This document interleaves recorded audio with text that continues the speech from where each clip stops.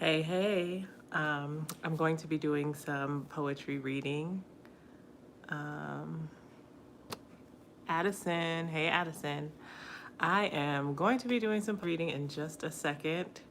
I am supposed to be live on another form as well, and my computer just completely turned off right right in the middle of me preparing to go live. So give me 1 second, YouTube, while I get back on the platform that I'm actually scheduled to be on right now. And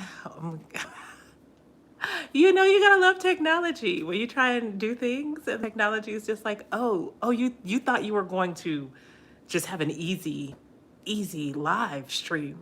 You thought that's what you thought was gonna happen. Yeah, my computer had other plans apparently. So, um, yeah. All right. So, can we hear me now? I think we are alive. Yes. All right. Technical difficulties, they happen, they arise, but we made it. We made it through. um, yeah.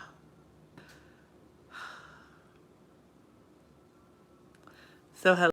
For those of you tuning in on I'm Alive, and my name is Esty Marie. I am a poet currently based in Houston, and I when I look about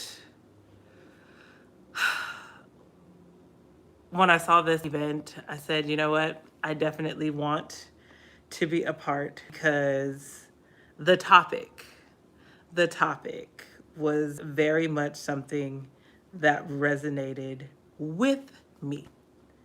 Echoes of the mind, right? Echoes of the mind is definitely something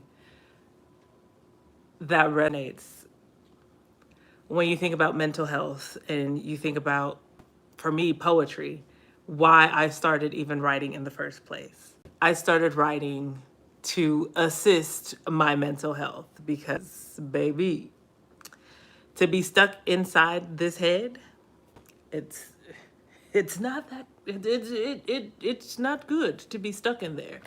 There were many things that I had to release, many things that I had to let go of, and so be able to allow myself that space was something very important. And so from allowing myself that space, this poetry collection was birthed. These Dry Bones.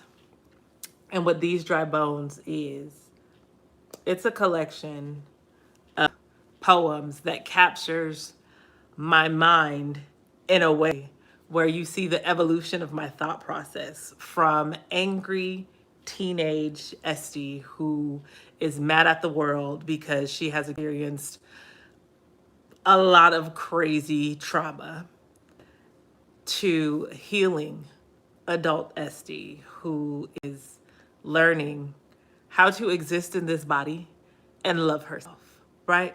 So I'm going to share a few pieces with y'all.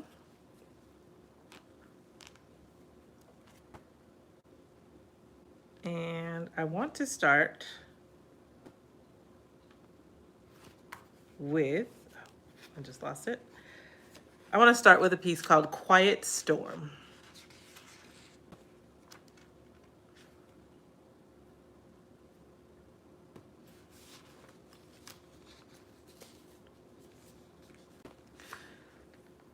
Hi, my name is Esty. I'm emotionally numb. I don't trust anyone. Sometimes I feel like screaming, but nothing ever comes out. All I want is to be okay. Hi, my name is Esty. My innocence was taken from me. Since then, I've always felt a bit strange. The ones closest to me cut the deepest wounds I have, and they don't let them heal. They keep cutting. but the blood doesn't show. Internally, I bleed. Hi, my name is Esty. All I feel is pain. Hi, my name is Esty. In my tears fall like rain.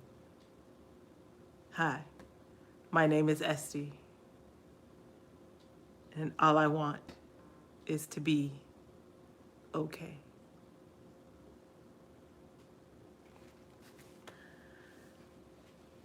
That piece, Quiet Storm, is a poem that I wrote in a space where I did not talk to people about what was going on with me.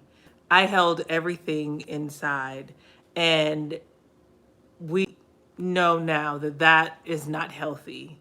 That is not the safest space to create for yourself when you just hold everything in. And so writing has been my tool that allows me, well, one of them, it's been one of my tools that allows me to be able to release, to be able to let go of the different things that I've experienced and the different things that have caused me to be one who like is in their head, right?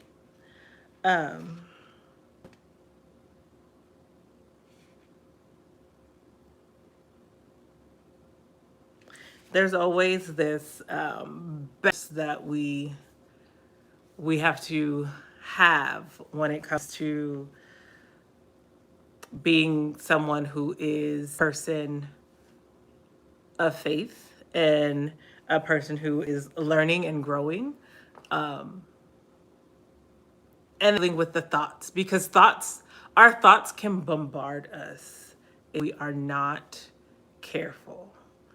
The thoughts that we have can bombard us and bring us into a space that is negative and will be counterproductive to the things that we are trying to do and just for our existence. It's very important that we learn to get our thoughts under control. This poem right here is called Peace Be Still. And I wrote this piece at a time where I was new in my faith, or not, well, new in my understanding of who the Lord is and how to maneuver as an adult. Because it's one thing to have relationship with the Lord and grow your faith as a child. But then when you become an adult and you live life and you experience things, that's a whole nother animal. And you have to unlearn and relearn a lot of things. So this piece is called Peace Be Still. I know that I can do all things through Christ. The Lord never gives me more than I can bear. But this pain, this storm, is slowly eating me up inside. The winds are blowing. It's growing cold. I know trials come to build faith, and this is supposed to cause me to grow. But how can I grow if I'm drowning? Seed drenched in water dies. Lord, this rain is killing me. I have no words left. This storm in my life has me so cold.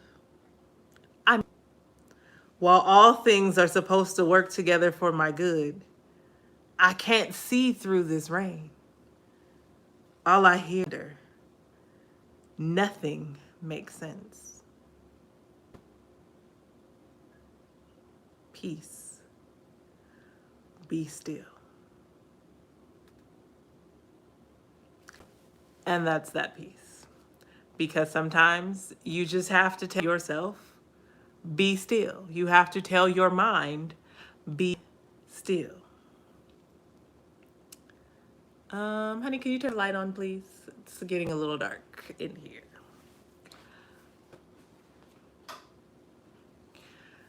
So, this is another piece that is a meditation piece. I call this one A Brief Moment with God in the Rain. Rain on me. I yearn for it. I reach out for you in desperation like a nomad who's been wandering the desert in search of an oasis. I don't need an umbrella to shield me from this rain. I want to be drenched from head to toe, covered in your spirit. I want rain. You are the rain. I want to take a walk in the rain. Yes, that is that piece there. Being able to sit still with your thoughts is something that is so important. And I've noticed that society nowadays has us moving quickly that we can't even have a moment to sit still with our thoughts and really examine, what are we feeling? How is this affecting us? How are the things that we are experiencing affecting our mental state?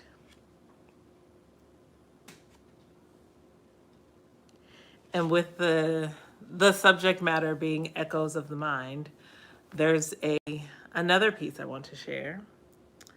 Let me pull it up. This piece here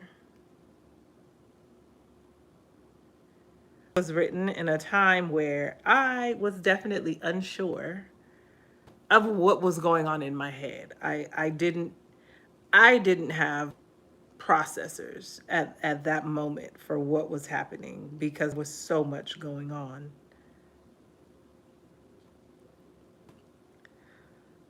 Let's see.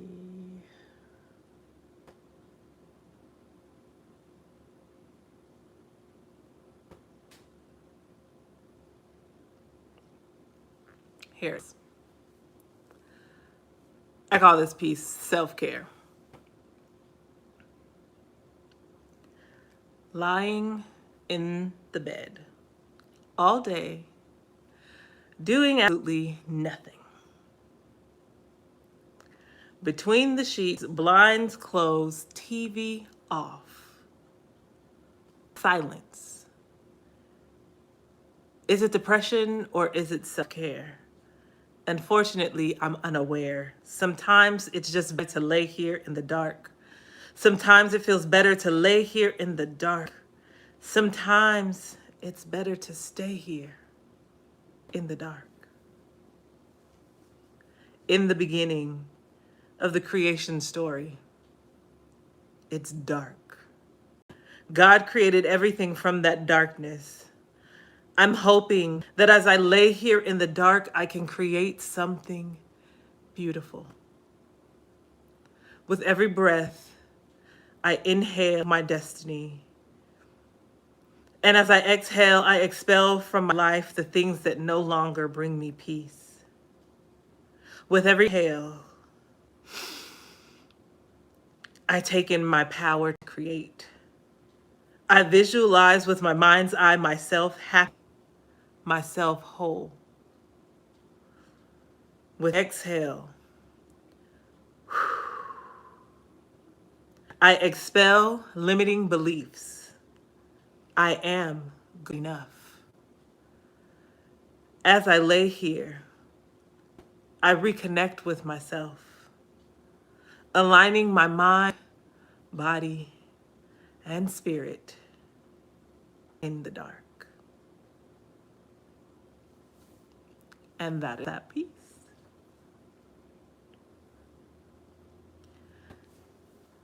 You know, sometimes being able to be still allows us the moments to really reflect on what in our life is no longer serving us, what patterns is no longer working for us.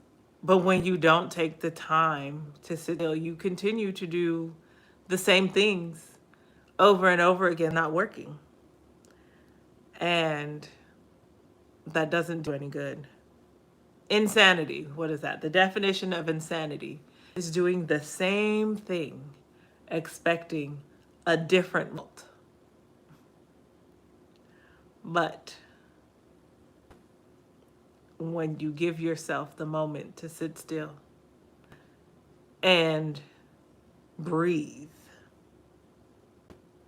you're able to really evaluate and inventory. Taking inventory is so important.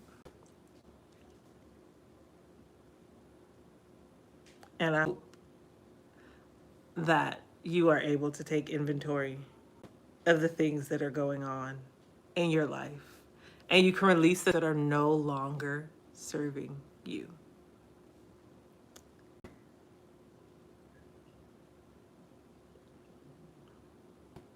Let's see here. Since this is echoes mind, right? And we're talking about the echoes of my mind. I want to share a piece. This piece here I wrote as I was contemplating a relationship that I had, that I was in, and I had to call my father about this relationship. And I wrote this piece about making that call because that was one of the things that I was in my head about, in my mind about for a very, very, very long time. It took me a long time to muster up strength to make the call, right? So here we go. I just realized I never titled this piece, but that's...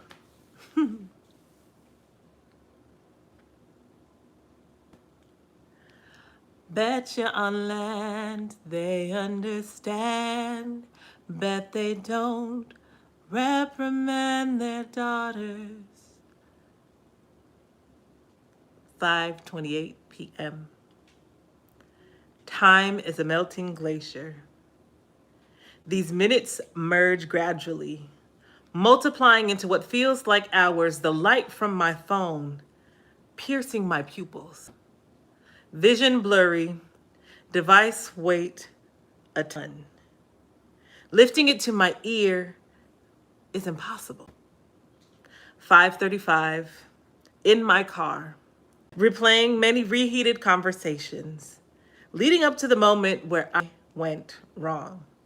A Netflix marathon, no chill, nerves on edge, fish out of water, each breath harder than the next.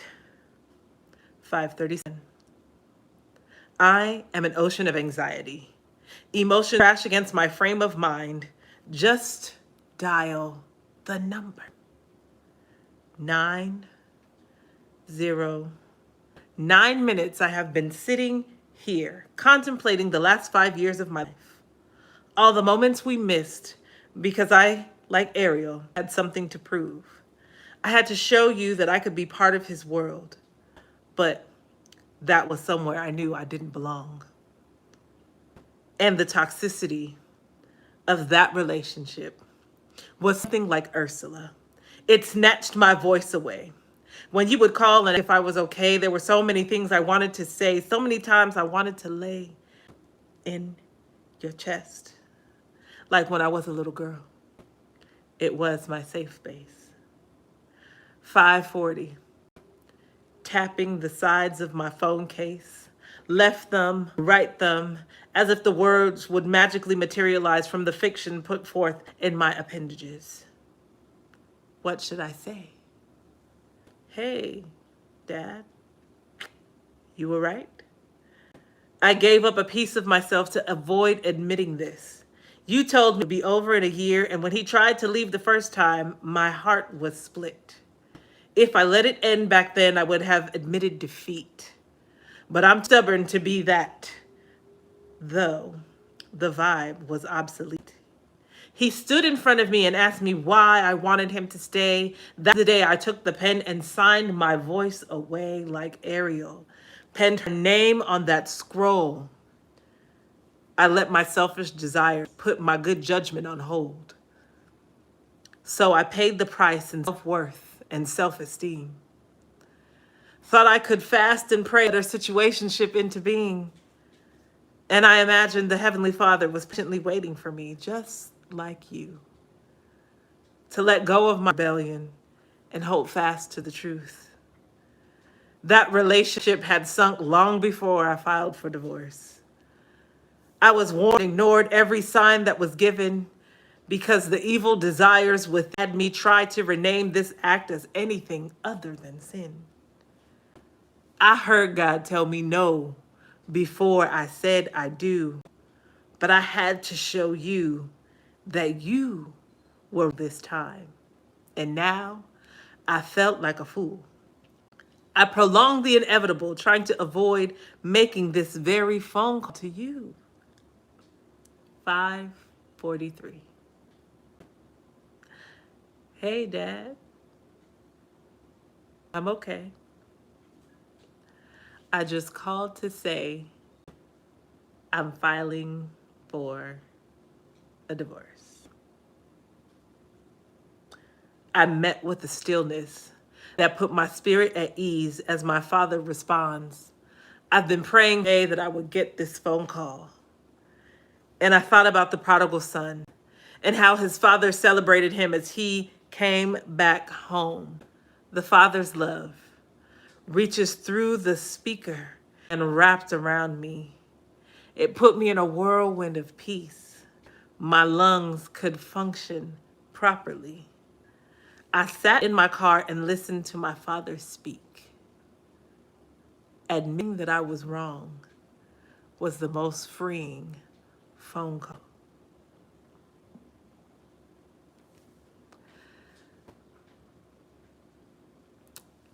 You know, when we make decisions, and those decisions are based on straight unhealed trauma, straight emotion, straight reckless abandon for logic, that is where your thoughts and your mind, it can become a dangerous place. But the beauty that I have found in moments of stillness is the ability to reflect, the ability to sit still and take those moments to talk about it, to think like, hey, all right, I knew all the signs were there. We'll take this relationship, for example. All the signs were there for it to be a no. But I was triggered. And in my being triggered through a conversation, because there were many conversations that happened in my mind that never happened verbally, audibly, with people that needed to happen, I was led into a space and a place that I knew I had no business being in. And so being able to process what's happening in the mind, I believe is so, so important. It's so, so important that we take the time to really evaluate these thoughts that we're having, because baby, listen, I knew I didn't need to be there, but I allowed the anger to louder than logic and reason. I'm gonna do one more from my book. Maybe two more. So this piece,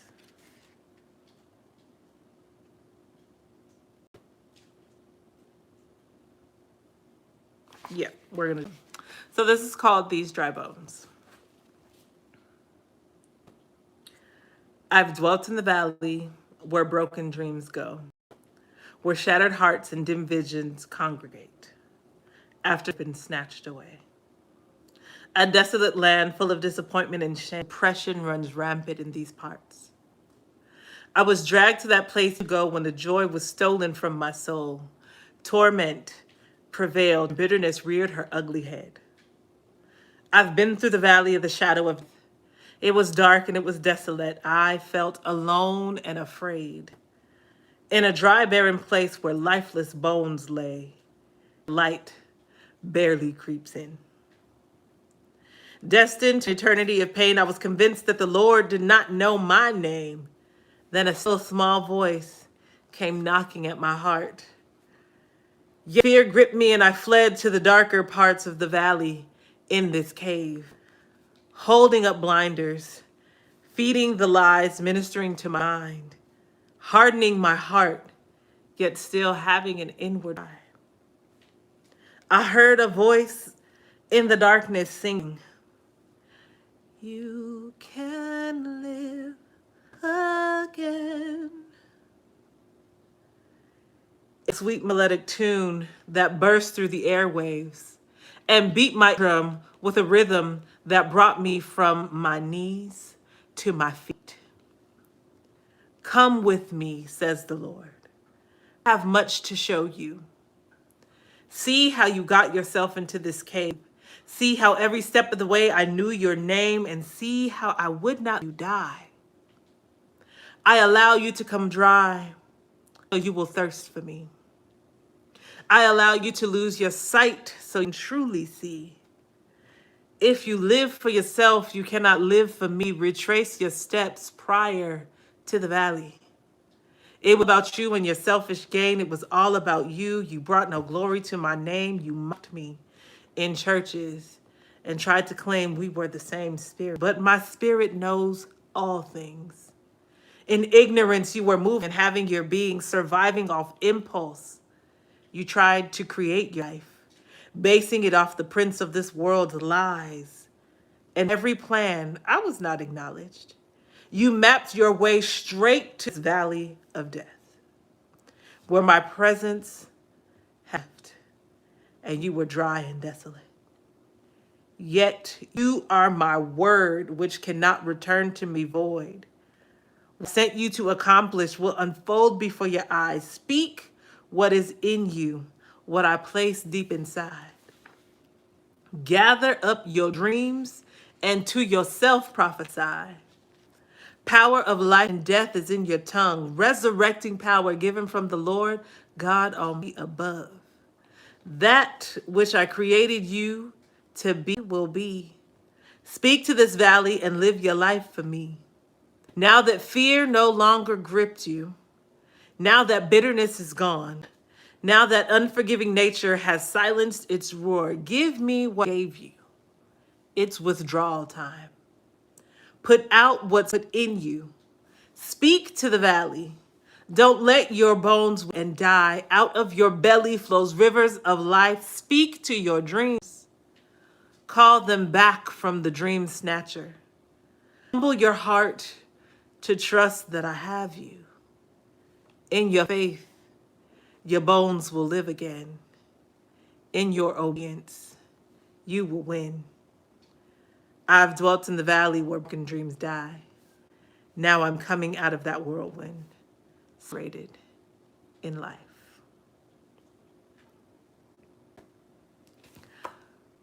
That's that piece right there. Thank you for tuning in. Definitely want you to understand that being stuck in your head is not the best place and you have the ability to control by speaking to yourself, speaking to your thoughts, speaking to what comes up against you. Do not allow the negative thoughts to take over. Do not allow the negative thoughts to bombard you. It's okay to talk back. It's definitely okay to talk back. So thank you so much, IMO Live, for tuning in with me. I know we had some technical difficulties getting started, but that is okay. We will schedule another stream another time, and thank you guys so much for your in, and I will see y'all next time. Bye.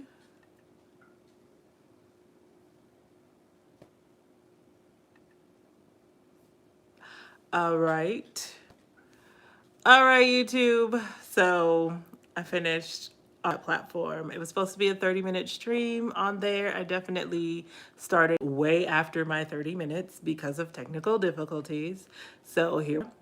And yeah, I think I continue to share a few more things here for y'all. Let me know in the chat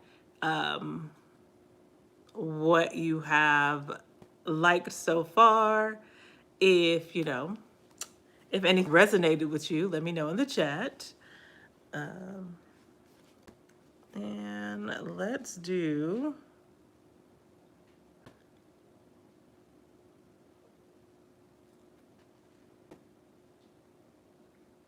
okay, let's go.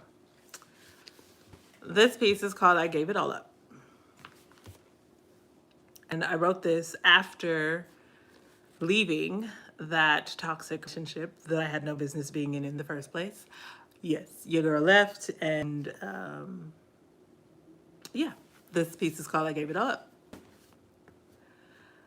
The toxicity had me lost in myself. I had no idea loving him was so hazardous. The more I tried to make it work, those demons had more room to work on me, in me. A cancer was spreading. My vision was obstructed, my heart constructed walls. I barricaded myself in. Never realizing what I was hiding from was already inside. But in a moment of clarity, when I was positive I would no longer survive the negative environment in my mind, I gave it all up and found inner peace, self-worth. I found real love.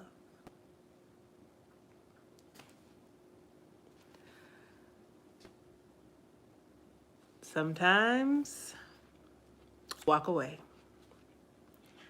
Sometimes you have to walk away. Choosing what's right for you may not always feel good to other people, but that's okay. Because you have to do what is going to be beneficial for your growth and what is going to be beneficial for you becoming the best version of you and moving in your purpose. And staying in that relationship was not going to get me there because it was hindering me, because it was not where I was supposed to be. I was not supposed to be in that space. So stay there was only going to keep me in a place that was not conducive to my growth. Yeah. So I think that'll be it for now, YouTube. Thank y'all so much for joining in. I am going to schedule some more of these, so it will be scheduled out You'll see it. If you're not subscribed, please subscribe. Make sure you subscribe to the channel so you can get all the notifications. And yeah, I will see y'all next time. Bye. Oh yeah, if you look at the description, you will be able to get to where you can get a copy of the book. So yeah. All right. Bye-bye. Love y'all. Until time.